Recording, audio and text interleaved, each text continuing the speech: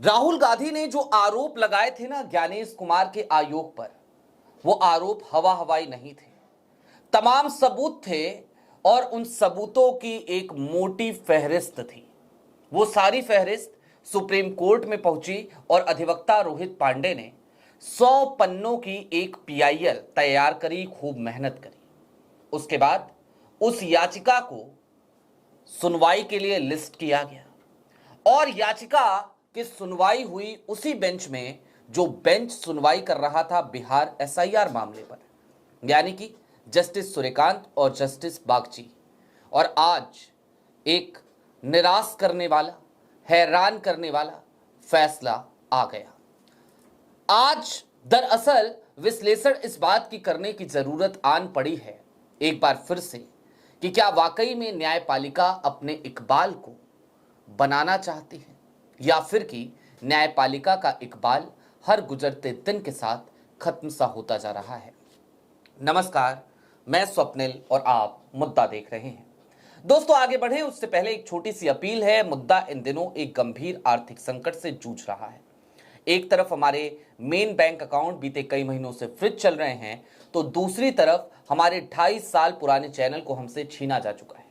ऐसे में आपसे अपील करना हमारी मजबूरी है और आपसे गुजारिश है कि यदि आप चाहें, यदि आप सक्षम हो, तो मुद्दा की छोटी छोटी मदद उसके आर्थिक संकट के इस काल में जरूर कीजिएगा। इसके लिए आप स्क्रीन पर दिख रहे क्यूआर कोड या फिर के नीचे दिख रहे यूपीआई नंबर का इस्तेमाल कर सकते हैं।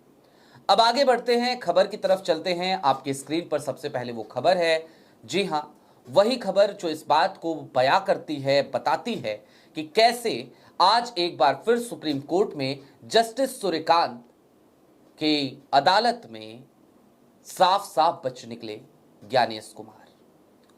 दोस्तों, अधिवक्ता है Rohit Pande, supreme court bar association के सचिव भी रहे, सेक्रेटरी भी रहे। उन्होंने एक याचिका लगाई थी और बकायदा अपने पीआईएल में तमाम सबूत साझा करते हुए बताया था कि कैसे 5 तरीके हैं ऐसे जिनसे वोट चोरी हो रही है। लेकिन जस्टिस सूर्यकांत ने क्या कहा, मैं हूबहू चाहता हूं आपको वो चीजें बताई जाए जो आज अदालत में हुई। कोर्ट ने कहा कि मतदाता सूची में गड़बड़ी ने स्वतंत्र निष्पक्ष चुनावों को संवैधानिक गारंटी समझौता किया है। ये तर्क थे रोहित पांडे के, जिसमें बेंगलुरु के महादेवपुरा विधानसभा सीट का एक उदाहरण है जो राहुल गांधी ने दिया था।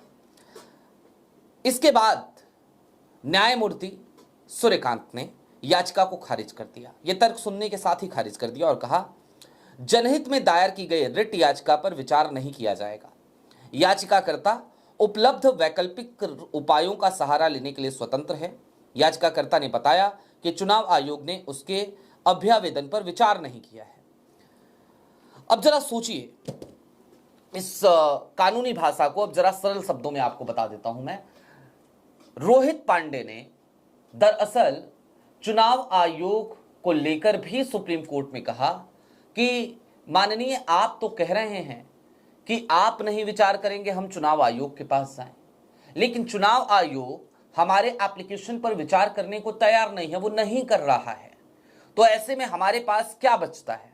आप ही तो बचते हैं।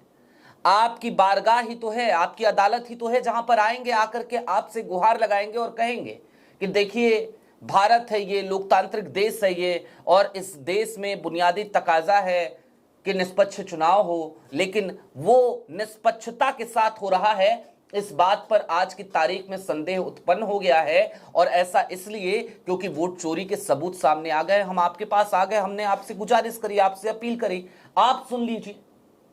लेकिन जस्टिस सूर्यकांत ने कहा कि और कोई वैकल्पिक व्यवस्था पर विचार कीजिए, हम इस याचिका को सुनेंगे ही नहीं। और नहीं सुनेंगे तो सीधा सा तर्क दिया कि दरअसल न्यायपालिका हस्तक्षेप ही नहीं करेगी इन चीजों में, क्योंकि यह मामला तो चुनाव आयोग से जुड़ा हुआ है। अब चुनाव आयोग से जुड़ा हुआ है, इसलिए जस्टिस सूर्यकांत हस्तक्षेप नहीं करेंगे, है ना? यह तर्क बड़ा अजीब सा। मैं ये मानता हूं कि चुनाव आयोग के पास सीमित अधिकार हैं, माफ कीजिएगा, सुप्रीम कोर्ट के पास इस मामले में, लेकिन वो इतने भी सीमित नहीं हैं कि एक एसआईटी गठित वो ना करवा सके। इतने भी सीमित अधिकार नहीं है कि वोट चोरी के जब सबूत सामने हो तो उस मामले पर सुनवाई करें ना कर सकें। इतने सीमित अधिकार नहीं है। सुप्रीम कोर्ट चाहती या जस्टिस सूर्यकांत चाहते तो ये एक मुकदमा, ये एक पीआईएल एक मिसाल बन सकती थी। वोट चोरों के भीतर एक दहशत पैदा कर सकती थी। ये एक ऐसी मिसाल बन सकती थी जिसके बाद इस देश में लोगों के मताधिकारों के साथ खिलवाड़ करने वाले पीढ़ियों तक याद रखते इस चीज को। लेकिन ऐसा नहीं हो सका। और ऐसा क्यों नहीं हुआ? क्योंकि बड़ी सीधी सी बात है, जस्टिस सूर्यकांत ने कहा I am not going to entertain this PIL. और उन्होंने तो यहां तक कह दिया इस पीआईएल में जनहित जैसा कुछ है ही नहीं। है ना, बड़े कमाल की बात। अब चलते चलते कुछ चीजें और समझने की जरूरत है। दोस्तों, न्यायपालिका आज की तारीख में, कहते हैं ना कि 4 स्तंभ हैं इस देश के। चौथा स्तंभ हालांकि कहीं वर्णित नहीं है, लेकिन मीडिया को चौथा स्तंभ कहा जाता है। कार्यपालिका, विधायिका और न्यायपालिका। दरअसल ये जो न्यायपालिका है ये कस्टोडियन ऑफ कॉन्स्टिट्यूशन भी है। और अगर ये कॉन्स्टिट्यूशन की कस्टोडियन है तो फिर इसकी जिम्मेदारी हर जगह बनती है। जब कभी भी कार्यपालिका या विधायिका अपनी जिम्मेदारियों से मुक्त करते हुए नजर आए, अपनी जिम्मेदारियों से पथभ्रमित होते नजर आए, तो न्यायपालिका की जिम्मेदारी थी कि वो उन चीजों को सही करती। और रही बात चौथे खंभे की, 4th पिलर ऑफ डेमोक्रेसी की, यानी कि मीडिया की, तो आज की तारीख में मीडिया का क्या हाल है, उसी पेशे से आने के बाद भी मैं कभी इस बात में गुरेज नहीं करता ये कहने में कि मीडिया का वो जो चौथा पिलर था, जो चौथी पिलर है डेमोक्रेसी का, लोकतंत्र का, यानी कि 4th पिलर ऑफ डेमोक्रेसी, वो दरक नहीं गया है।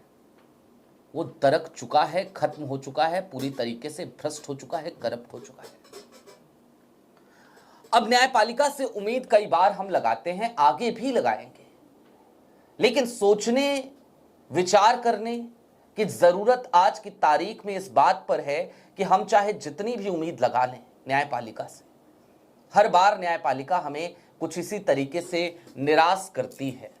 बिहार एसआईआर को लेकर भी क्या किया जस्टिस सूर्यकांत ने, याद कीजिए। जस्टिस सूर्यकांत ने सीधे तौर पर अगली तारीख दे दी। 17 अक्टूबर की तारीख है नॉमिनेशन की, बंद होने की, और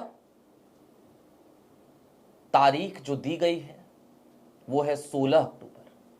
यानी कि 16 अक्टूबर को जब अगली सुनवाई होगी बिहार एसआईआर मामले में, उसके बाद 24 घंटे के भीतर ही फ्रीज कर दिया जाएगा वोटर लिस्ट, और ना तो कोई नया वोटर वहां जुड़ सकेगा और ना ही कोई गलत वोटर वहां से हटाया जा सकेगा। बिहार एसआईआर को लेकर 14 लाख डुप्लीकेट वोटर्स खोजे थे रिपोर्टर्स कलेक्टिव ने। उन 14 लाख डुप्लीकेट वोटर्स का क्या होगा आप समझ सकते हैं। आप इस बात को भी समझ सकते हैं कि जिसको लेकर बार बार यह दावा चुनाव आयोग कर रहा है कि उसने शुद्धिकरण किया है बिहार की मतदाता सूची का, दरअसल आज की तारीख में उस शुद्धि के बाद भी जो अशुद्धियां तमाम एजेंसीज ने खोजकर निकाली हैं, उन पर कान रखने को सुप्रीम कोर्ट तैयार नहीं। और आलम यह हो चला है कि उसके बाद भी हम सबको उम्मीद रहती है कि सुप्रीम कोर्ट में देखिए इस बार ये मामला है, देखिए उस बार वो मामला है, देखिए इस मामले में क्या होता है। इस मामले से तो वोट चोरों की रातों की नींद हराम हो गई है। मैं खुद भी कहता रहा हूं। आज मैं अपने द्वारा बोले गए उन तमाम शब्दों के लिए आप दर्शकों से माफी मांगना चाहता हूं। मुझे माफ कीजिएगा कि मैंने आपको उम्मीद दी कि ये मामला पहुंचा तो अब ये होगा, वो मामला पहुंचा तो वो होगा, क्योंकि मामलों को हमने मेरिट के आधार पर देखा। हमें लगा कि सबूत सामने होंगे तो बात होगी, लेकिन जब तमाम सबूतों को दरकिनार कर ये कह दिया जाए कि याचिका की सुनवाई ही नहीं होगी, तो फिर भला हम कैसे उम्मीद करें कि कोई भी मामला सुप्रीम कोर्ट की बारगाह में पहुंचेगा, अदालत में पहुंचेगा, और फिर वहां से एक ऐसा न्याय आएगा जिसका इंतजार इस देश को है, इस देश के उन लोगों को है जो इस देश के सजग नागरिक हैं, जो लोगों के लोकतांत्रिक अधिकारों को लेकर चिंतित रहते हैं, जो मताधिकार के अधिकारों को लेकर चिंतित रहते हैं। याचिका ही नहीं सुनी जाएगी तो उम्मीद कैसी? लिहाजा आज के इस फैसले ने रोहित पांडे की याचिका को निरस्त करते हुए सुप्रीम कोर्ट ने इस देश के तमाम सजग नागरिकों को ना सिर्फ निराश किया है, बल्कि ये भी बता दिया है कि अभी फिलवक्त अंधेरों का बहुमत है, अभी फिलवक्त वोट चोरों में कोई दहशत नहीं, अभी फिलवक्त वोट चोरों का इकबाल बुलंद है और न्यायपालिका को शायद अपने इकबाल की चिंता नहीं। आपकी क्या राय है हमें कमेंट बॉक्स में जरूर बताइएगा। अभी के लिए दीजिए इजाजत। ऐसे ही तमाम अपडेट्स, तमाम डेवलपमेंट्स के लिए जुड़े रहिए मुद्दा के साथ। चलते चलते फिर वही अपील, चैनल पे नए हों तो सब्सक्राइब करते हुए जाइएगा, और यदि आप सक्षम हो तो मुद्दा जिन दिनों में एक आर्थिक संकट से जूझ रहा है, छोटी छोटी मदद मुद्दा की जरूर कीजिएगा। बहुत शुक्रिया।